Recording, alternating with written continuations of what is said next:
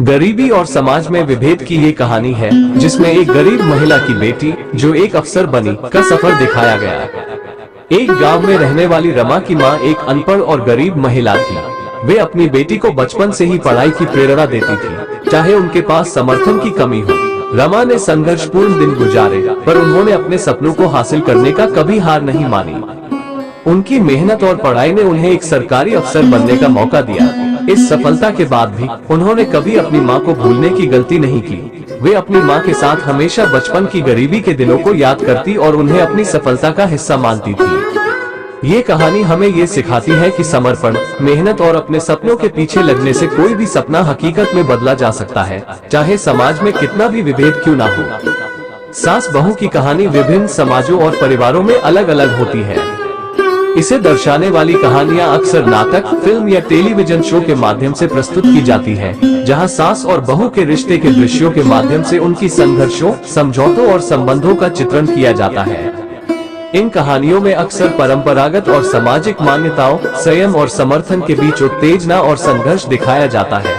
एक गरीब किसान का बेटा आईपीएस अधिकारी बनने का सफर बहुत ही प्रेरणादायक हो सकता है। इस प्रकार की कहानी में सामाजिक न्याय, परिश्रम और संघर्ष के अद्वितीय संघर्ष को दिखाया जाता है। यहाँ मैं एक ऐसी कहानी स्वरूप में पेश करता हूँ। तारांकन, गरीब किसान का बेटा और आईपीएस अधिकारी। तारांकन ये कहानी एक छोटे गांव के एक गरीब किसान के बेटे के बारे में है, जिसका सपना होता है कि वह आईपीएस अधिकारी बने। गांव में उसके परिवार का आर्थिक स्थिति बहुत ही कमजोर होता है, लेकिन उसके पिता ने हमेशा उसकी पढ़ाई को प्राथमिकता दी। बचपन से ही उसने मेहनत की और अपने लक्ष्य की दिशा में अग्रसर होने का प्रयास किया। वो स्कूल में उत्तीर्ण होता है, लेकिन उसके पास आगे की पढ़ाई के लिए पैसे नहीं होते। उसने अपने छोटे गांव से दूर जाकर सरकारी स्कूल में पढ़ाई की और अपने लक्ष्य को हासिल करने के लिए प्रयत्नशील रहा।